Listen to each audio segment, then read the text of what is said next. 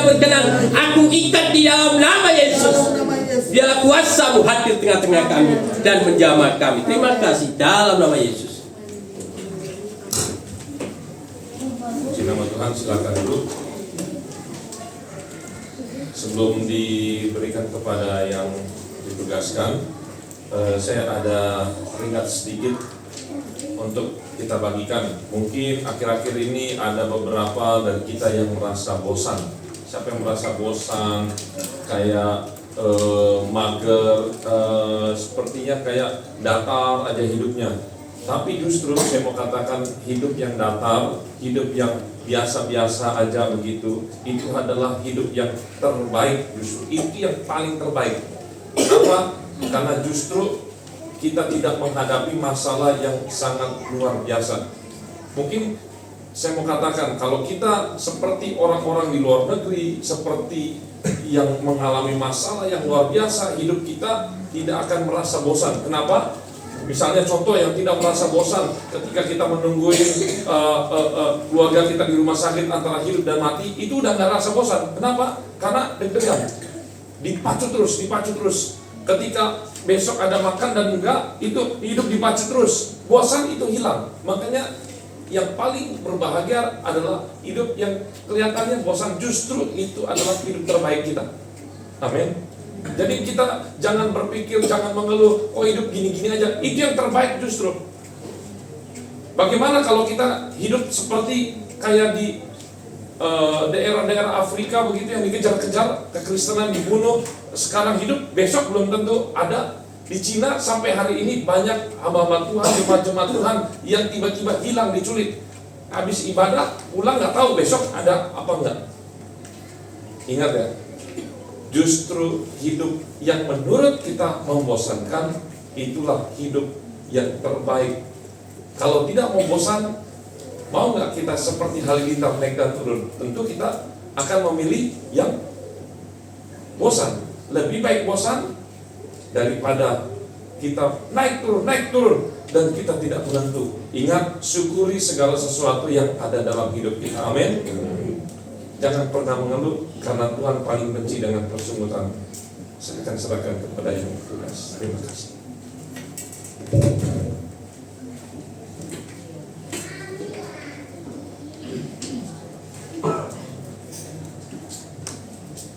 Shalom, selamat malam semuanya. Bagaimana kabarnya? Baik? Puji Tuhan. Pertama-tama dulu saya berterima kasih kepada Om Jerry yang telah mempercayakan saya membawakan sebagian firman Tuhan pada malam hari ini.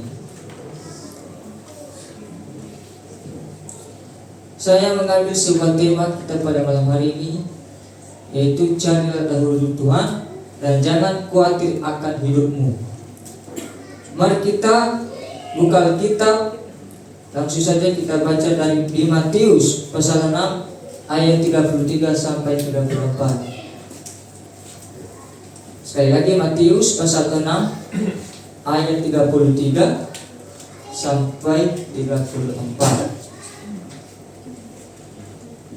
Bagi yang sudah ketemu, mari kita baca bersama-sama dan hitungan yang ketiga. 1, 2, 3. Tetapi carilah dahulu kerajaan Allah dan kebenarannya, akan ditambahkan kepadamu. Sebab itu janganlah kamu khawatir akan hari besok, karena hari esok mempunyai kesusahannya sendiri. Cukuplah sehari. Kita mau bahas ini dulu satu-satu ayat. Di ayat yang ke-33, tetapi carilah dahulu kerajaan Allah dan kebenarannya, maka semuanya itu akan ditambahkan kepadamu. Saya mau katakan kepada kita semua pada malam hari ini, bahwa di dunia ini semua yang kita miliki, semua yang kita nikmati, yang kelihatan, apapun harta, apapun semuanya yang kelihatan, itu semua nomor 2. Itu semua nomor 2 yang ditambahkan Tuhan kepada kita. Tetapi yang pertama, yang utama, yaitu carilah dahulu Tuhan yang memberikannya. Kadang-kadang kita ketika kita sudah diberikan tambahan yang lebih, Tuhan berikan kepada kita dari yang kita minta, dari yang kita doakan kepadanya, kadang-kadang kita melupakan namanya Tuhan. Tetapi Dia menegaskan kepada kita pada malam hari ini di ayat 33, tetapi carilah dahulu kerajaan Allah dan kebenarannya. Termasuk pada kita malam hari ini, saat kita beribadah kepada Tuhan, kita cari dahulu yang namanya Tuhan, kita cari kebenarannya, dan kita membaca juga merenungkan firman Tuhan. Bukan hanya kita mencari aja, tetapi kita merenungkan firman-Nya, karena itu semua sumber kebenarannya itu dari Alkitab semuanya. Bagaimana kita bisa menemukan yang namanya Tuhan kalau kita tidak mencarinya? Mau cari gimana? Mau kemana? Kamu maupun ke Jakarta maupun kemana, ke Medan. Tetapi kalau kita tidak mencari kebenarannya, meskipun kita membacanya Alkitab, tetapi kita tidak tahu isinya. Maka semuanya harta kita di dunia ini itu semua tambahan. Jangan kita mengharapkan seumur hidup kita. Apakah nanti kalau kita sudah mati ada yang namanya harta di surga? Semua yang kita miliki di dunia ini yang kelihatan, apakah ikut bersama kita kalau udah saat kita ke surga? Tidak kan? Makanya Dia mengatakan di sini, carilah dahulu kerajaan Tuhan. Carilah dulu Tuhan. Itu yang paling pertama. Yang paling utama dalam hidup kita itu Tuhan Yesus. Maka nafas kita pun itu tambahan. Kekuatan kita pun tambahan. Apapun yang kita miliki itu tambahan semua dari Tuhan.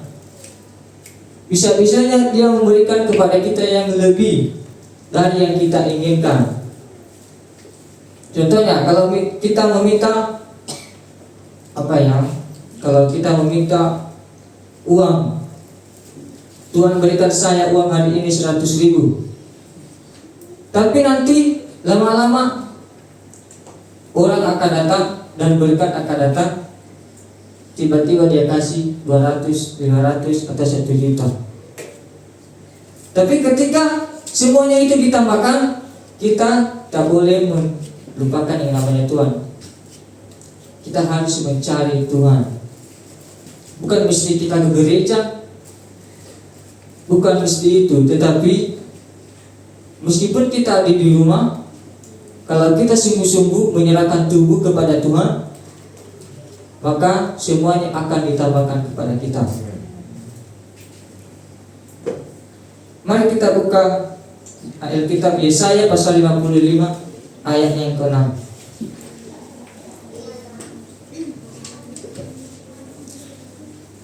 Dengan mengatakan di sini, carilah Tuhan selama Ia berkenan ditemui, berserulah kepadanya selama Ia dekat. Pada malam hari ini kita yakin dan kita percaya bahwa Tuhan sudah dekat di tengah-tengah kita semua. Jangan kamu cari kemana-mana lagi. Kamu pergi ke Jakarta atau kamu pergi ke gereja yang paling besar. Jangan begitu. Di sini aja Tuhan ada di tengah-tengah kita semua. Cari Dia di dalam doa. Pada malam hari ini kita merasakan kehadirannya. Karena Dia mengatakan di sini, carilah Tuhan selama Ia ditemui. Kalau kita sudah ketemu sama Tuhan, jangan kita membiarkan. Kita harus cari, harus mencari. Berdoa dengan sungguh-sungguh. Jangan berdoa asal-asalan saja. Jangan berdoa tapi matanya terbuka satu, yang lain berdoa mengganggu temannya, itu nggak boleh. Ingat, yang menambahkan kekuatanmu, yang menambahkan nafasmu, yang memberikan yang kamu inginkan adalah Tuhan Yesus. Di ayat yang kedua, ke-34, sebab itu janganlah kamu khawatir akan hari besok, karena hari besok mempunyai kesusahan sendiri. Setiap kita di sini sering muncul yang namanya rasa khawatir. Siapa yang nggak pernah khawatir di sini dalam hidupnya? Semua kita di sini merasa khawatir, mengalami kekhawatiran. Jangankan Bapak Ibu dan saudara semua yang ada di sini, dalam pribadi saya juga saya mengalami yang namanya kekhawatiran.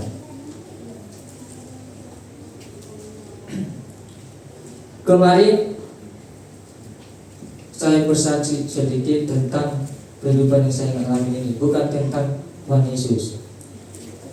Waktu saya di Jakarta, di Pokok Anggur, saya khawatir tentang yang namanya Bapak, karena saya pergi ke Jakarta, dia Nias, padahal dia sedang sakit parah. Bagaimana itu? Dalam hati saya khawatir bagaimana nanti di tengah-tengah jalan kalau dia sudah pergi, bagaimana? Apakah bisa pulang atau langsung terus? Saya langsung khawatir itu. Dari Nias ke Medan, rasa khawatir timbul dalam hidup saya. Padahal udah tiba di Medan, tinggal satu pesawat lagi ke Jakarta, tapi rasa khawatir selalu timbul karena yang di belakang orang tua sedang sakit parah. Tapi puji Tuhan, Dia memberi kesempatan. Ketika saya sudah di Jakarta pada bulan Januari kemarin, di situ saya sudah tiba, tapi lama bulan April. Di situ dia sudah meninggalkan kami semua. Tetapi sebelumnya timbul rasa khawatir, bagaimana ini kalau dia tiba-tiba sudah tiada, mau pulang atau enggak. Padahal ini kalau mau pulang pertemuan terakhir sama orang tua, apalagi bapak, bagaimana? Timbul rasa khawatir di situ lagi. Tetapi ketika saya percaya Tuhan membuka jalan, memberi jalan, di saat itu saya menangis terus, berdoa bagaimana ini kalau pulang bagaimana. Namanya aja tinggal di asrama, tidak ada apapun, persiapan tidak ada, karena tiba-tiba. Tapi puji Tuhan, saudara-saudari membantu, keluarga membantu. Dia yang mengurus perjalanan sampai ke Nias. Di sini setiap hari kita yang merasakan yang namanya khawatir. Kita khawatir akan hari besok, bagaimana besok ini. Terlebih-lebih anak sekolah, kalau dikasih yang namanya tugas atau ujian, bagaimana ini besok, apakah saya bisa menjawabnya dengan benar atau tidak. Timbul rasa khawatir terus. Padahal Tuhan mengatakan, sebab itu janganlah khawatir akan hidupmu. Kalau kamu berdoa sebelum melakukan apapun, kalau kamu berseru kepadanya sebelum melakukan aktivitas, maka Dia akan membuka jalan. Di dalam masalah apapun, kalau kamu khawatir, tetapi kalau kamu berseru kepada Tuhan terlebih dahulu, maka Dia akan membuka jalan.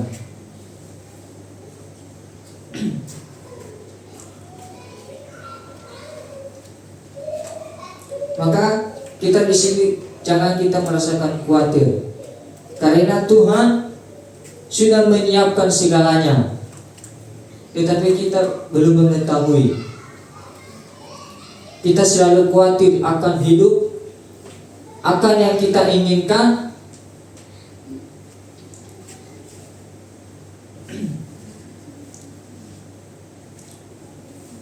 Sama seperti kalau ada saudara kita yang ada di kampung masing-masing di seberang, kita khawatir di situ bagaimana kehidupan mereka. Apakah mereka baik-baik saja? Bagaimana? Apakah mereka sehat-sehat saja? Tetapi kalau kita berdoa kepada Tuhan,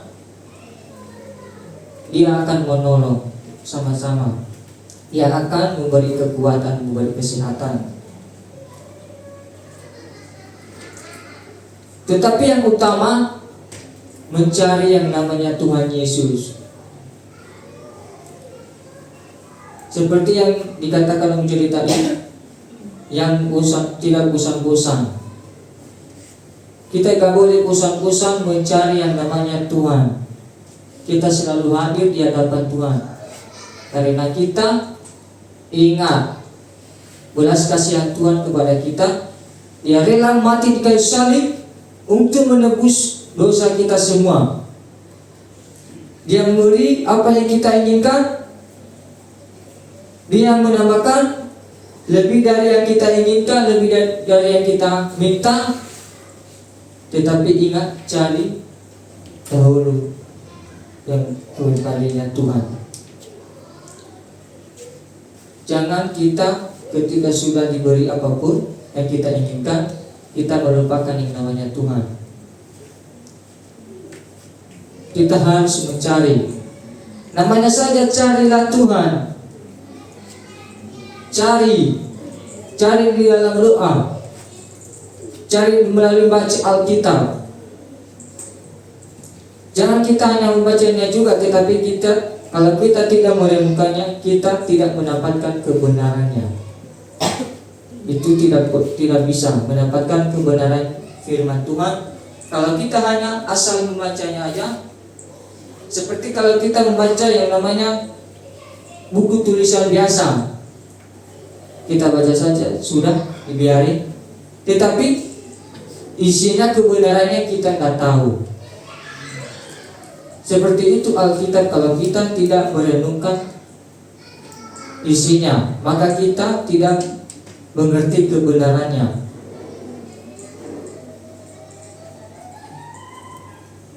Maka kita pada malam hari ini, kita berada di sini, ini semua rencana Tuhan, ini tambahan dari Tuhan untuk kekuatan kita pada malam hari ini. Maka pada malam hari ini kita bersama-sama mencari Tuhan. Jangan kita khawatir hari besok, jangan. Kita nggak boleh khawatir apa yang terjadi hari besok.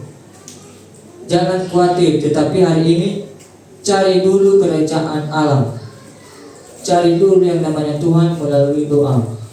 Mari kita bersama-sama merasakan kehadirannya pada malam hari ini.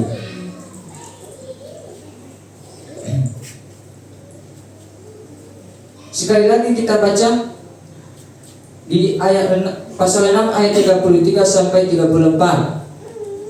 1, 2, 3. Tetapi carilah dan kebenarannya, maka semuanya akan tambahkan kepadamu. Sebab itu ucapkanlah wajib akan datang besok, karena ada besok sendiri cukuplah. Amin. Pada malam hari ini kita akan mencari Tuhan dan sumber kebenarannya melalui doa. Amin. Mari kita masukkan doa. Ku cari wajah-Mu penuhkan, temukan kasih-Mu,